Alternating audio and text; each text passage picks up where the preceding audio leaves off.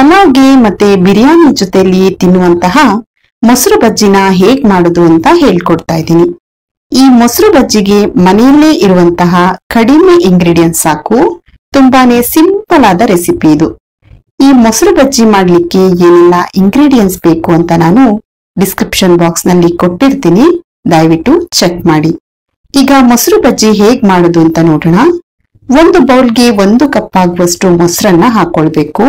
ನಾನಿಲ್ಲಿ ನಂದಿನಿ ಮೊಸರನ್ನ ತಗೊಂಡಿದ್ದೀನಿ, ನೀವು ಮನೆಯಲ್ಲೇ ಮಾಡಿರೋ ಮೊಸರಿದೆ ಅದನ್ನೇ ಹಾಕೊಳ್ಳಿ। ಒಂದು ಬಿಗ್ ಸೈಜ್ ಆನಿಯನ್ ಸ್ಲೈಸ್ ಆಗಿ ಕಟ್ ಮಾಡಿ ಹಾಕೊಂಡಿದ್ದೀನಿ, ನಿಮ್ಗೆ ಸ್ಲೈಸ್ ಬೇಡ ಅಂದ್ರೆ ಸಣ್ಣಗೆ ಕೂಡ ಕಟ್ ಮಾಡಿ ಹಾಕೊಳ್ಬಹುದು। ಒಂದು ಮೀಡಿಯಂ ಸೈಜ್ ಟೊಮೆಟೊನ ಸಣ್ಣಗೆ ಚಾಪ್ ಮಾಡಿ ಹಾಕೊಳ್ಬೇಕು। 1/4 ಕಪ್ ಸಣ್ಣಗೆ ಕಟ್ ಮಾಡಿರೋ ಕೊತ್ತಂಬರಿ ಸೊಪ್ಪನ್ನ ಹಾಕೊಂಡಿದ್ದೀನಿ, ರುಚಿಗೆ ಸ್ವಲ್ಪ ಉಪ್ಪನ್ನ ಹಾಕೊಳ್ಬೇಕು। ಇದನ್ನೆಲ್ಲ ಹಾಕಿ ಚೆನ್ನಾಗಿ ಮಿಕ್ಸ್ ಮಾಡ್ಕೊಳ್ಳಿ। ಮೊಸರಿನ ಜೊತೆ ಆನಿಯನ್ ಎಲ್ಲ ಚೆನ್ನಾಗಿ ಮಿಕ್ಸ್ ಆಗ್ಬೇಕು, ಹಾಗೆ ಮಿಕ್ಸ್ ಮಾಡ್ಕೊಡಿ।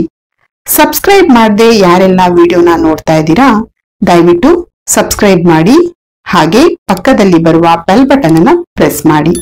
ನಾವು ಅಪ್ಲೋಡ್ ಮಾಡುವ ಹೊಸ ವಿಡಿಯೋಗಳು ನಿಮಗೆ ನೋಟಿಫಿಕೇಶನ್ ಅಲ್ಲಿ ಬರುತ್ತೆ। ದಯವಿಟ್ಟು ನಮ್ಮ ಚಾನಲ್ಗೆ ಸಪೋರ್ಟ್ ಮಾಡಿ। ಮೊಸರು ಬಜ್ಜಿ ತುಂಬಾ ಗಟ್ಟಿ ಅನ್ಸಿದ್ರೆ ಸ್ವಲ್ಪ ನೀರನ್ನ ಸೇರಿಸಿ ಒಂದ್ಸಲ ಚೆನ್ನಾಗಿ ಮಿಕ್ಸ್ ಮಾಡ್ಕೊಂಡ್ರೆ ಬಿರಿಯಾನಿ ಮತ್ತೆ ಪಲಾವ್ ಜೊತೆಯಲ್ಲಿ ತಿನ್ನುವಂತಹ ಮೊಸರು ಬಜ್ಜಿ ರೆಡಿ ಆಗುತ್ತೆ। ತುಂಬಾ ಬೇಗನೆ ಮಾಡ್ಕೊಳ್ಬಹುದು, ನೀವು ಕೂಡ ಮನೆಯಲ್ಲಿ ಟ್ರೈ ಮಾಡಿ।